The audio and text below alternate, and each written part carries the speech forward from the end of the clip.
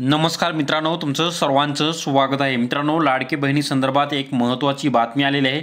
यामध्ये संपूर्ण माहिती काय आहे ते आपण पाहणार आहोत। यामध्ये लाडकी बहीण योजनेची जे काही तुम्ही अर्ज केले त्या अर्जांची छाननी सुरू करण्यात आलेली आहे। तर संपूर्ण प्रक्रिया काय, जे तुम्ही अर्ज केले आहे तुमचा अर्ज मंजूर झालेला आहे तर तुम्ही या निकषामध्ये बसणार आहात का नाही, तुम्हाला एकूण 2100 रुपये मिळणार आहेत का नाही, संपूर्ण बाबी आपण या व्हिडिओ मार्फत सांगणार आहोत। त्यामुळे संपूर्ण व्हिडिओ शेवटपर्यंत बघा, ज्यामुळे तुमच्या सर्व गोष्टी तुमच्या प्रश्नांचे उत्तर मिळणार आहे। तर पाहू शकता एकूण 35 लाख बहिणींना आवडते झाले आहेत। यामध्ये एकूण 35 लाख बहिणींना या निकषामध्ये बसत नाही आहेत। संपूर्ण माहिती काय आहे ती संपूर्ण माहिती सविस्तर दिलेली आहे। तर पाहू शकता, विधानसभा निवडणूक निकालांनी कलाटणी देणारी महत्त्वाची म्हणजे मुख्यमंत्री लाडकी बहीण योजना होती। 2.5 लाखापेक्षा जास्त वार्षिक उत्पन्न तसेच घरात 4 चाकी वाहन असलेल्या महिलांना या योजनेचा लाभ घेत असल्याची तक्रारी आली असून अर्जाची छाननी केली जाणार आहे। छाननीनंतर नियमबाह्यपणे अर्ज बाद केले जातील अशी माहिती माजी महिला व बालकल्याण मंत्री आदित्य तटकरे यांनी दिलेली आहे।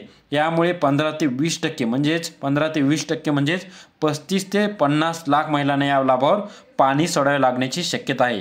तर महायुती सरकारची शपथविधी समारंभानंतर मुख्यमंत्री देवेंद्र फडणवीस यांनी देखील लाडकी बहीण योजना कायम राहणार असल्याचे जाहीर केले।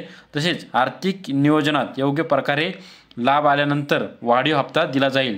तसेच त्यांनी स्पष्ट केले की निकषाबाहेरील महिला या योजनेचा गैरफायदा घेत असल्याच्या अनेक तक्रारी आलेल्या आहेत। यामुळे अर्जाची छाननी सुरू करण्यात आलेली आहे। तर पाहू शकता मित्रांनो, महत्त्वाचे यामध्ये निकष काय आहेत लाडकी बहिणीचे, जे GR प्रसिद्ध करण्यात आला यामध्ये महत्त्वाचे असे निकष करण्यात आले होते। एक म्हणजे तुमचे वार्षिक जे उत्पन्न आहे, तुमच्या घरात वार्षिक जे उत्पन्न आहे ते 2.5 लाखापेक्षा कमी असणं गरजेचं आहे। दुसरं म्हणजे महत्त्वाचं म्हणजे तुमच्या घरामधील एखाद्या व्यक्तीच्या नावावर 4 चाकी वाहन असेल तर तुम्ही या योजनेचा लाभ घेता येणार नाही आहे। आणि नंबर 3 म्हणजे तुम्ही जर निराधार योजनाचा तुम्हाला जर पगार येत असेल, निराधार खूप महिलांना निराधार योजनेतर्फे तसेच श्रावण बाळतर्फे जे काही गव्हर्नमेंटतर्फे तुम्हाला जे योजनेचा लाभ मिळत असेल, पगार मिळत असेल तर अशा लोकांना या योजनेच्या निकषामध्ये बसणार नाही आहेत। तर महत्त्वाच्या गोष्टी आहेत मित्रांनो, या 3 निकषामध्ये तुम्ही जर नसेल तर तुम्हाला या अर्ज तुमचा जो मंजूर झालेला असेल तर तुम्हाला 2100 रुपयाचा हप्ता नक्कीच मिळणार आहे।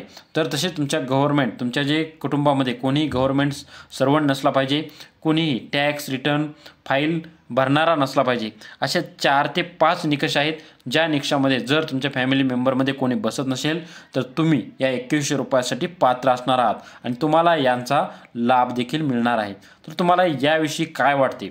आतापर्यंत सर्व जे अर्ज मंजूर केलेले आहेत त्यानंतर मतदान देखील झालेलं आहे आणि त्यानंतर ह्या निकषांची चर्चा होत आहे। तर हे तुम्हाला योग्य वाटते किंवा नाही हे कमेंट बॉक्समध्ये कळवायचं आहे। आणि या संदर्भात तुम्हाला काही प्रॉब्लेम असतील, काही प्रश्न असतील तर नक्की कमेंट बॉक्समध्ये कळवा आणि चॅनलवर नवीन असाल तर नक्की लाईक आणि सबस्क्राईब करून ठेवा, कारण अशाच महत्त्वपूर्ण बातम्या आपण आपल्या चॅनलवर सर्वात अगोदर घेऊन येत असतो। जय हिंद, जय महाराष्ट्र, धन्यवाद मित्रांनो।